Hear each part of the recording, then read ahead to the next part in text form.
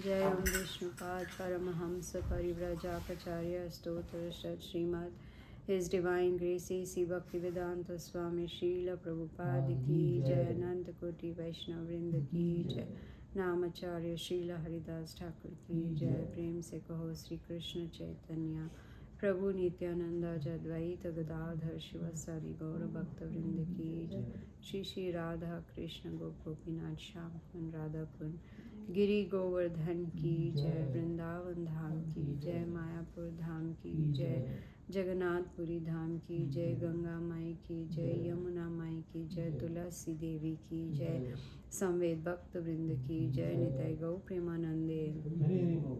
All glories to the assembled devotees, Hare Krishna. All glories to the assembled devotees, Hare Krishna. All glories to the assembled devotees, Hare Krishna. All glories to Sri Guru and Gauranga. Namam Vishnu Padaya Krishna Prasthaya Bhutale Srimati Gopal Krishna Goswami Niti Namane Prabhupadasya Sahitam Ya Prakasamati Raja Pracharam Gopal Sadhu.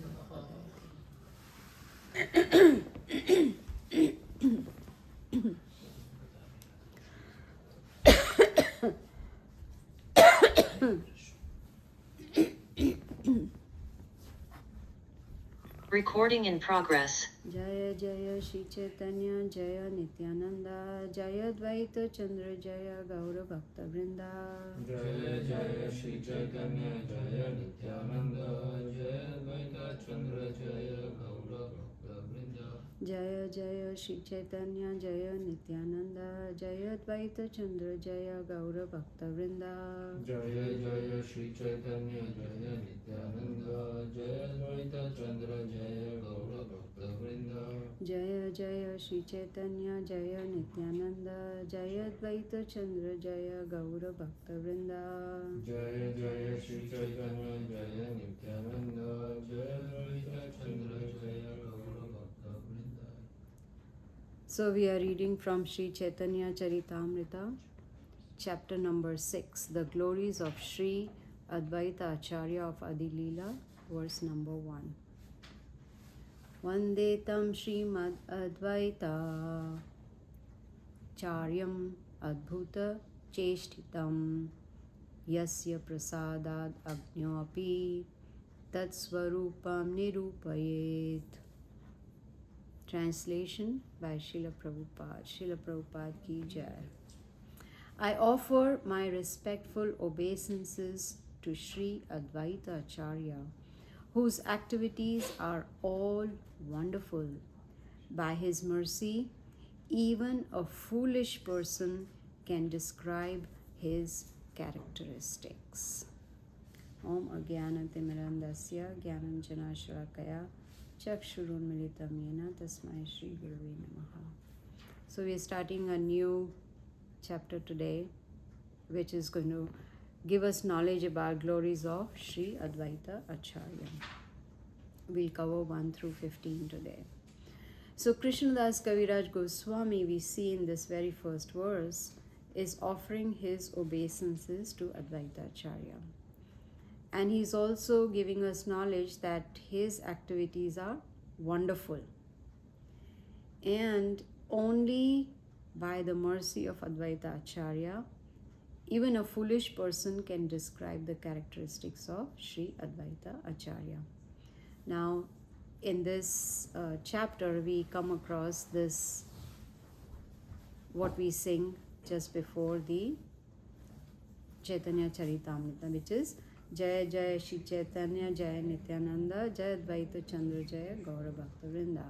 So Krishnadas Kaviraj Goswami is offering obeisances to all. First, he is offering it to Chaitanya Mahāprabhu, and then Lord Nityānanda, and then he says all glories to Advaita Ācārya and the devotees of Chaitanya Mahāprabhu. So he's including devotees also. Devotees are very, very, very important. If you want to progress spiritually, then it is imperative that we have association of devotees, because without association we will be lost. So in 2 verses, Krishnadas Kaviraj Goswami, he's describing glories of Advaita Ācārya, and he says Advaita Ācārya is actually incarnation of Mahavishnu. Many times, especially in India, they say Krishna comes from Vishnu. Right? Have you heard that before? I've heard that. And I believed it because I didn't know. I had not read Bhagavad Gita, I had not read the Vedic scriptures, so I also believed. But we can see even from Bhagavad Gita that Krishna demonstrates in chapter number 11, he shows how Vishnu comes out from the body of Krishna. And then Krishna goes back to his original two-handed form. So here, Advaita Ācārya, he is an incarnation of Mahavishnu, and he's the one who creates this cosmic world. We have learned this in Srimad Bhagavatam, how Mahavishnu, from the pores of his body, all the universes come out. So he is the creator, and he does that with the help of Maya. So Krishnadas Kaviraj Goswami is saying that there is no difference between Krishna, between Mahavishnu, or between Sri Advaita Ācārya. They are non-different. Everything comes from Hari, the Supreme Lord. Hari means one who takes away. Did you know the meaning of Hari? One who takes away. Takes away what? Our obstacles, our sins. I won't say problems. Problems stay with us. We have to solve them. So he takes away all the anxiety that we may have on the spiritual path. So that is Hari.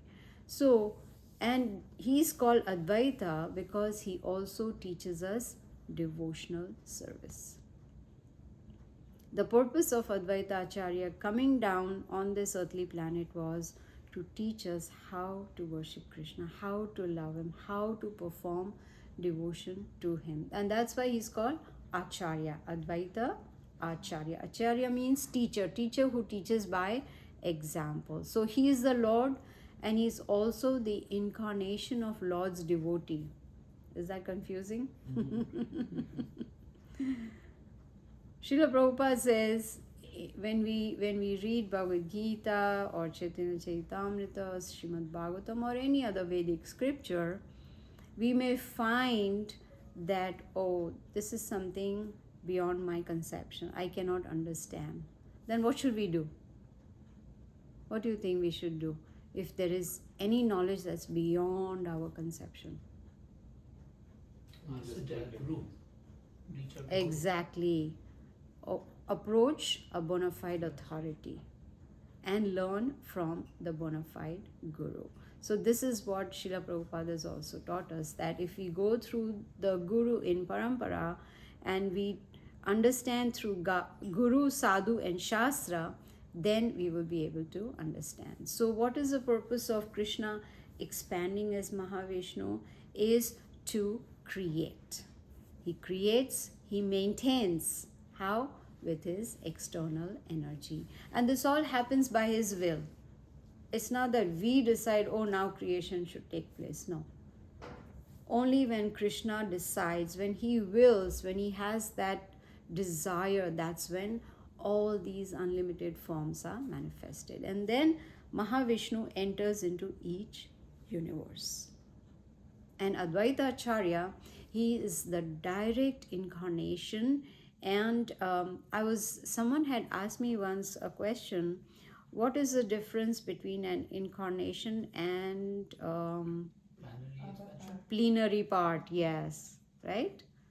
So what is the difference? And I was reading, and Srila Prabhupada says, incarnation is when the Supreme Lord directly appears. He descends. One who descends is called avatar or an incarnation. And the plenary part of Mahavishnu is Advaita Ācārya, but plenary part means he is equal in potency of the same potency of the Supreme Lord. There is no difference. He is empowered by the Supreme Lord. That is the plenary part, and is not separate from the Supreme Lord himself. So here Krishnadas Kaviraj Goswami is saying that Mahavishnu is non-different or not separate from Advaita Ācārya. Now, what is the purpose of Advaita Ācārya coming down besides teaching us devotion? Is to help Chaitanya Mahaprabhu in his pastimes, to also help Mahavishnu in his pastimes. You see? So, Advaita Ācārya is, we would say, we have utmost gratitude for him. Because if he had not come down and he had not prayed and begged for the Supreme Lord to come down as Chaitanya Mahaprabhu, we wouldn't be sitting today and chanting Hare Krishna. Do you agree? Because he's the one who came down and showed us, besides giving us the knowledge, he also showed us what to chant, how to chant, when to chant. And also taught us what will be the result of attentive chanting. So Advaita Ācārya and all his activities, Krishnadas Kaviraj Goswami says, is all auspicious. And he is a great teacher. So anyone who is attracted by devotional service to Lord Vishnu, such a person, such a devotee, Prabhupada says, is rendering the greatest service to humanity. You see, we may do different kinds of service for the Lord. We may, not for the Lord, I mean for humanity. We may feed the poor, we may give clothing, blankets. I got a call saying, would you like to come and distribute blankets to the poor? That's also a good activity. But what is the greatest service we can do? Giving them knowledge, by which they can understand why are they poor, why are they suffering, how to break this cycle of suffering. So here Prabhupada says preaching is rendering the greatest service to humanity. It is considered the topmost charity.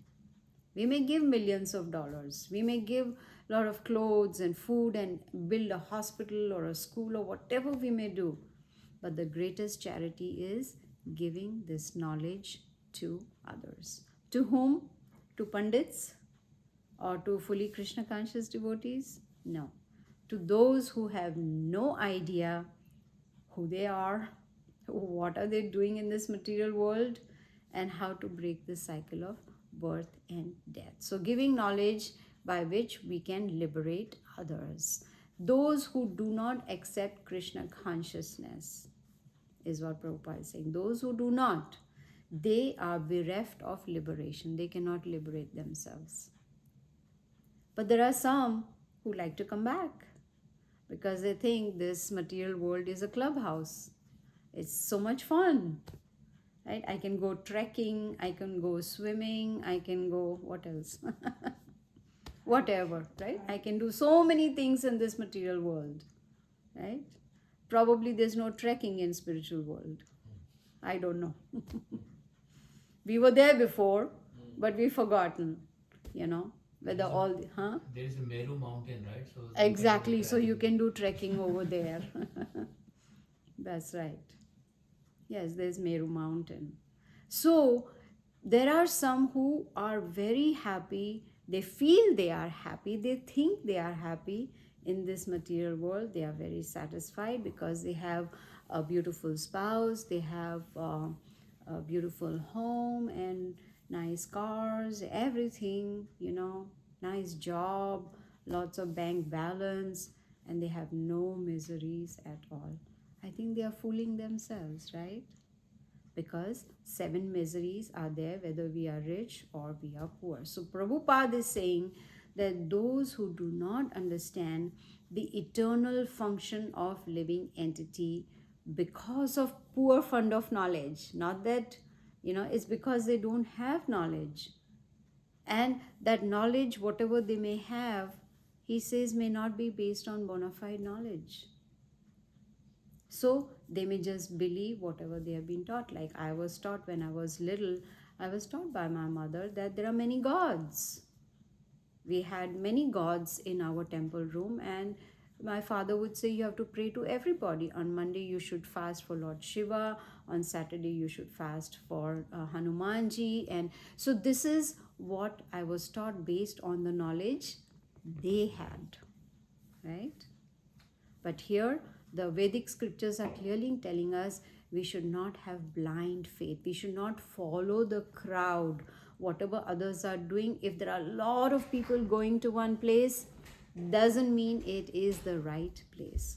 So Advaita Ācārya, he did not come down to teach us how to perform fruitive activities like you do this and this is a benefit you'll get. And then if you do this and this is what you will attain. No. And he did not even teach us impersonalism, that God has no form, God is formless, God is just light, Brahma Jyoti. No. But because people in general are under the influence of Maya, they do not understand even Advaita Ācārya, who is none other than Mahavishnu. He is Mahavishnu, and Krishnadas Kaviraj Goswami says that Sri Advaita Ācārya, he bestows all good fortune. So when I read this, all good fortune, oh, that means lots of diamonds and jewels and pearls. No. Good fortune means he gives us Krishna Bhakti. Krishna Bhakti is much more valuable than all the valuables we may find in this material world. Now, another name for Advaita Ācārya is Mangala. What's the meaning of Mangala? Auspicious. All auspicious. He's also called Mangala. And all his activities are spiritual, obviously, because he is none other than Mahavishnu. So Krishnadas Kaviraj Goswami says that anyone who hears about Advaita Ācārya, anyone who glorifies Sri Advaita Ācārya, they themselves become glorified and they understand their real identity. Now, if someone asks us, who are you? What do we say? We give our name, right? Of course, you can't say, oh, I am spirit soul. They'll think something is wrong in my head, because if they don't have knowledge, they won't understand what are you talking about. Hey, what's your name? Oh, I am a spirit soul. No. If you remember the class that Vaishnav Maharaj gave in Baltimore, it was such a beautiful class, right? It was so beautiful. And he said, we have a habit. And after hearing that class, I feel a little embarrassed, because he said in the class, then when we meet someone, what is the first question we ask? How are you? And what did he say? We know we are in material world. We know we are suffering. We know we have problems. And what do we say? Good. Right? So he said, those who ask this question are shameless, and those who answer also are shameless, because they're telling a lie, right? So when anyone asks me, how are you? Then I feel embarrassed to say good, because I am not good. I have issues with my body, right? Such a powerful class he gave. So here, people don't know what is their real identity. They only identify with the body. Jivera Swarup hoy, Krishnara Nitya Das, not Krishnara Sunday Das or Saturday Das, not once a week Das, no. Eternal servant of Krishna. We've heard this many times. We have that memorized, right?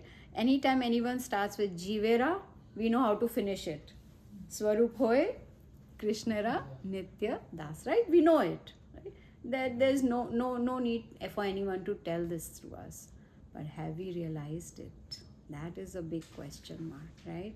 But only, Prabhupada says, only when we follow this process of Krishna consciousness very seriously, then we will come to a stage of perfection where we will realize that I am the eternal servant of Krishna. So, he continues to say that Mahavishnu, he creates this entire material world with millions of his parts, his energies, his incarnations, and he creates everything, material and spiritual. Innumerable planets, innumerable universes, and he creates in the material world and even in the spiritual world. Now we've heard from Srimad Bhagavatam that the spiritual planets are called Vaikunthas. And the topmost Vaikuntha planet is Goloka Vrindavana. So the Supreme Lord Krishna or Mahavishnu, they are the cause of both material and spiritual planets. And Lord Brahma has already explained to us that Krishna is the cause of all causes. And he is always complete.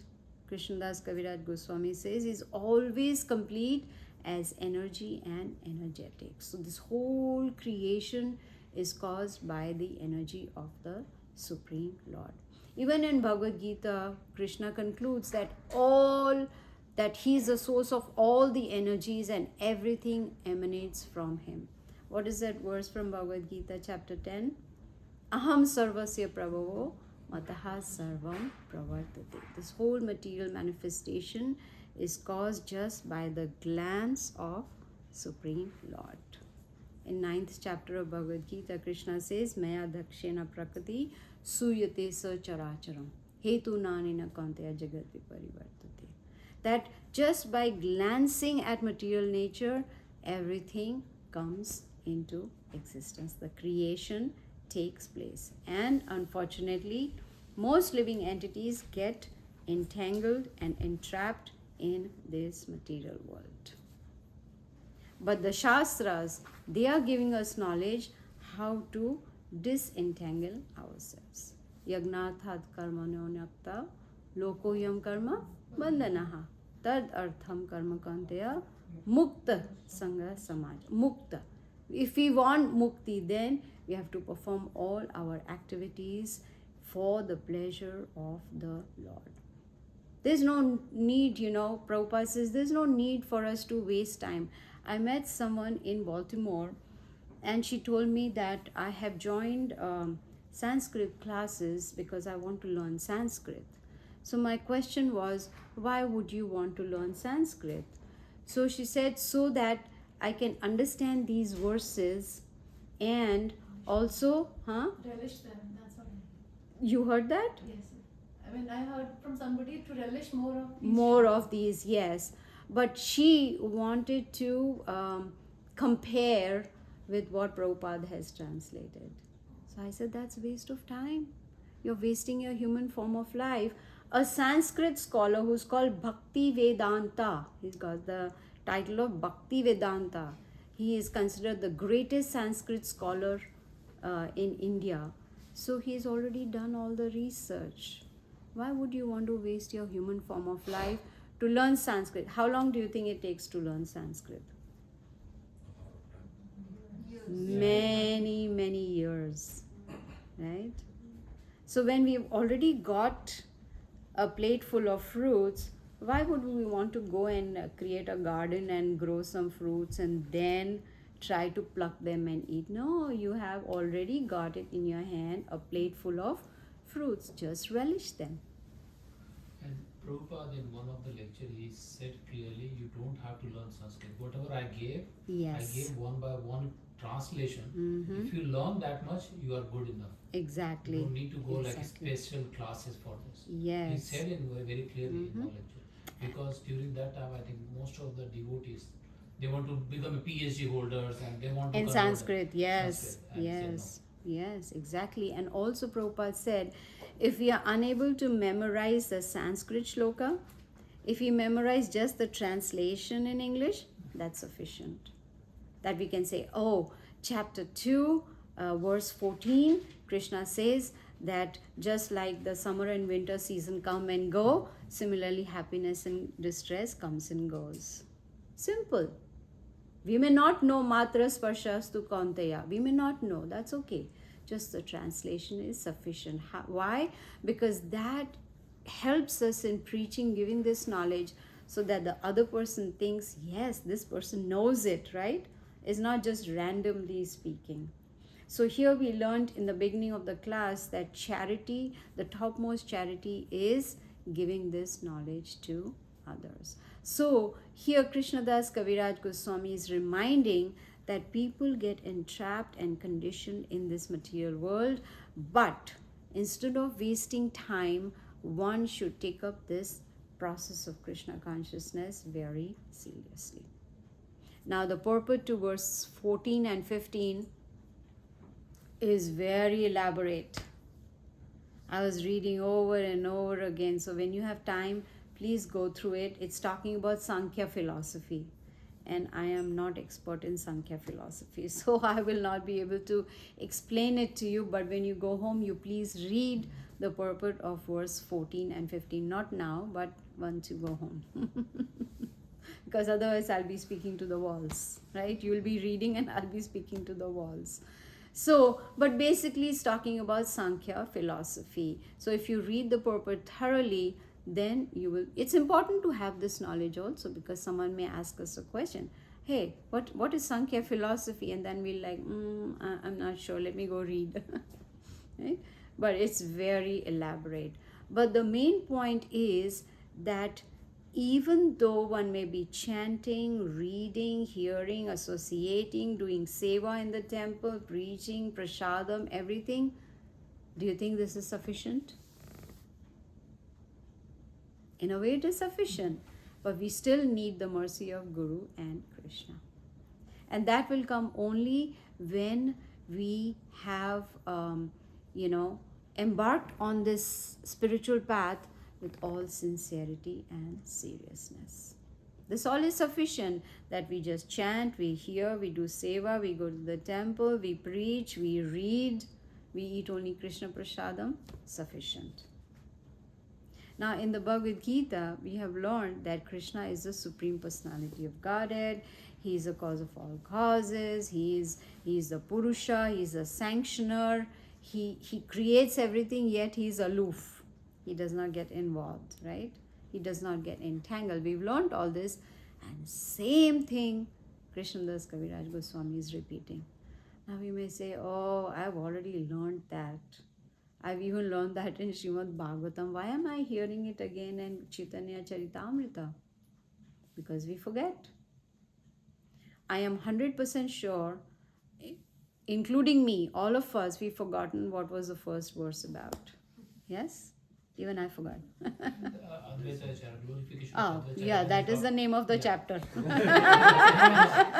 first shloka was Obeisances to Advaita, and second is our prayer of second shloka was prayer. Yes, Jaya Jaya Śrī Caitanya, Jaya Nityānanda. Yes, but that is human memory.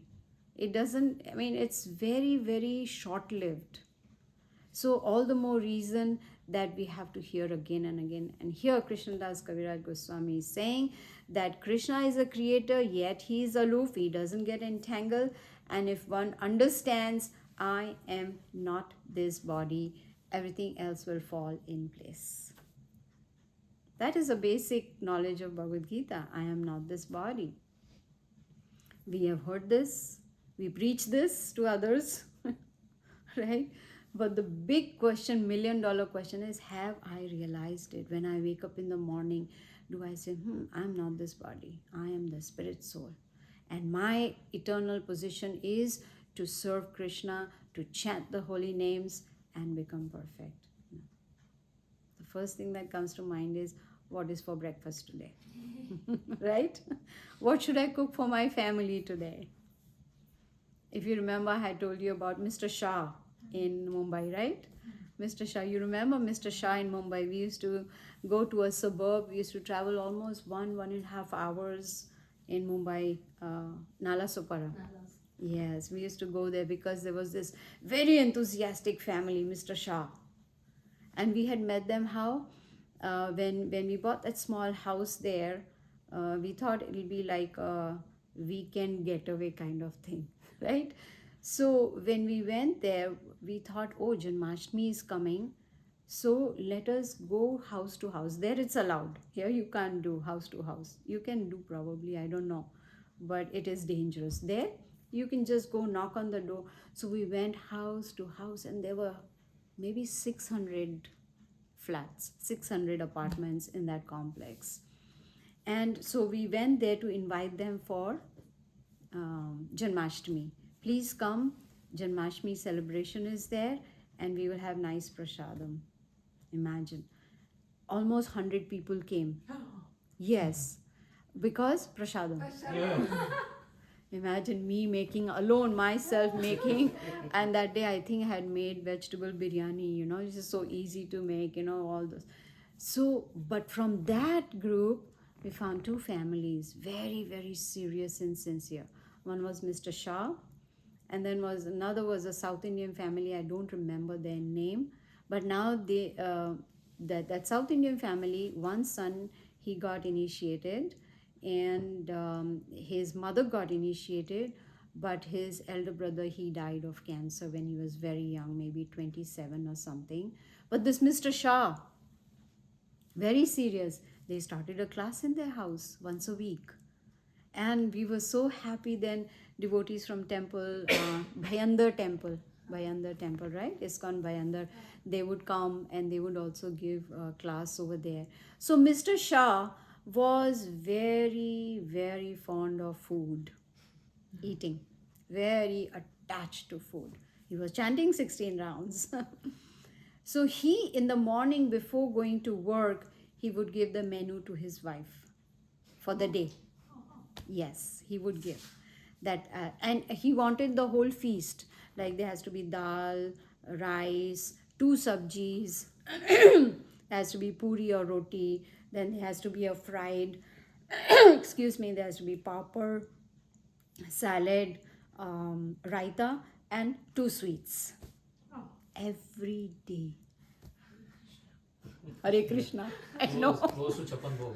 Chappan Bhog. Like he thought he was the Supreme Lord and he should be served Chappan Bhog every day. So then gradually we explained to him, that life, there some people say they live to eat. Yeah. Right? But no, you have to eat so you can live. So here the concentration was on the body. There was little concentration on the soul because he was told he was chanting 16 rounds, which is also good. But then when he told his wife to start chanting 16 rounds, both stopped. Oh. Because wife was not interested in chanting. She was not interested in self-realization. I guess she was interested in cooking only. I don't know. Maybe I think if she will chant, who will cook then? Maybe she could have given that excuse, I'm cooking the whole day, I don't have time to chant. But then this Mr. Shah, he had a 5-year plan. He had a 5-year plan. I think in India they do have 5-year plans, right? The government has some. LIC has a 5-year plan or something. Government has, right? That this is what they're going to achieve in the next 5 years. He had a 5-year plan. Guess what? None of it worked. We met him after a few years. In his plan, it was that his son will get married at this time to his girl of his choice. It didn't happen. Next was after 2 years of marriage, he would have a grandson. It did not happen. He had a granddaughter, you see. So 5-year plan we make. There's no guarantee it's going to work out. It's good to plan. But do we make a 5-year plan for spirituality? That, okay, now I'm at this stage. Next year I should be here. Then following year I should be here. So Krishnadas Kaviraj Goswami is explaining, we need to understand not to focus so much on the body, understand the difference between body and soul. Just like we differentiate between the car and the driver, right? Don't we?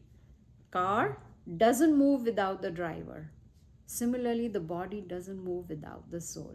So who is important? The driver or the car? The soul or the body? This is how Prabhupada is explaining to us the difference. So when the soul enters into a particular body, it is because of the superior power. It is because of Krishna's will.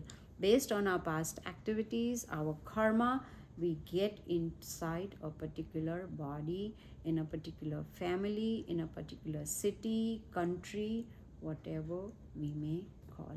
And all this, Krishnadas Kaviraj Goswami says, happens under the superintendence of the Supreme Lord. This purport of verse 14 and 15 is so powerful. All this Srila Prabhupada is explaining in the purport. You see? And it's not just that human beings get a particular body based on past karma. No, it is even the birds, animals, insects, reptiles, they all get inside a particular body based, of course, with except human beings, all other species, they are just going through evolutionary cycle. Like a rat will become a cat, cat will become a dog, dog will become whatever, right? And then the topmost animal is cow.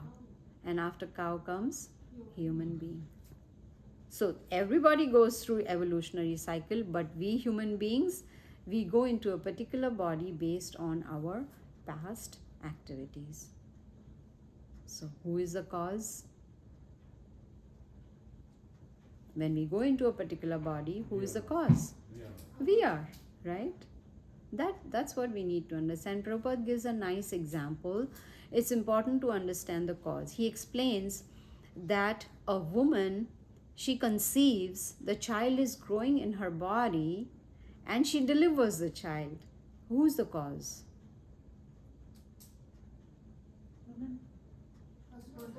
Man. Because he's the one who injects the living entity, the soul, into the body of the woman. That's how she becomes pregnant, and that's how she delivers. So someone may say, no, woman is the cause of the birth of the child. But we need to understand the cause is the father. Similarly, we may think I'm the cause of this, this and this. No, but the Supreme Father is the cause of everything, you see. So material world is created because of Supreme Lord, and Supreme Lord enters into the material world. He enters into varieties of manifestations that take place. He is present in each and every living entity's body as Param Atma. You see, and this whole creation is working under the direction of Krishna. There is a famous saying, not a blade of grass moves without Krishna's permission, right? It's his will. He decides. We may desire, but he's the one who sanctions it. Nothing can happen without the will of the Lord. So, in the purport, Srila Prabhupada also explains that out of all these different, how many people are there in this world? Any guess? Billions? 7 billion. 7 billion. Close to 8 billion people, right? How many of them are Krishna conscious? Handful, right? If you consider 8 billion, how many people are there in this subdivision? 600, 700, 1,000? Subdivision? This subdivision? It's 110 houses, right? So 13 now. 13. 4. Close to 400. 400. How many are sitting here? Handful. Right? Bahunam janmanam ante jnanvan Mahaprabhu. Vasudeva savranti.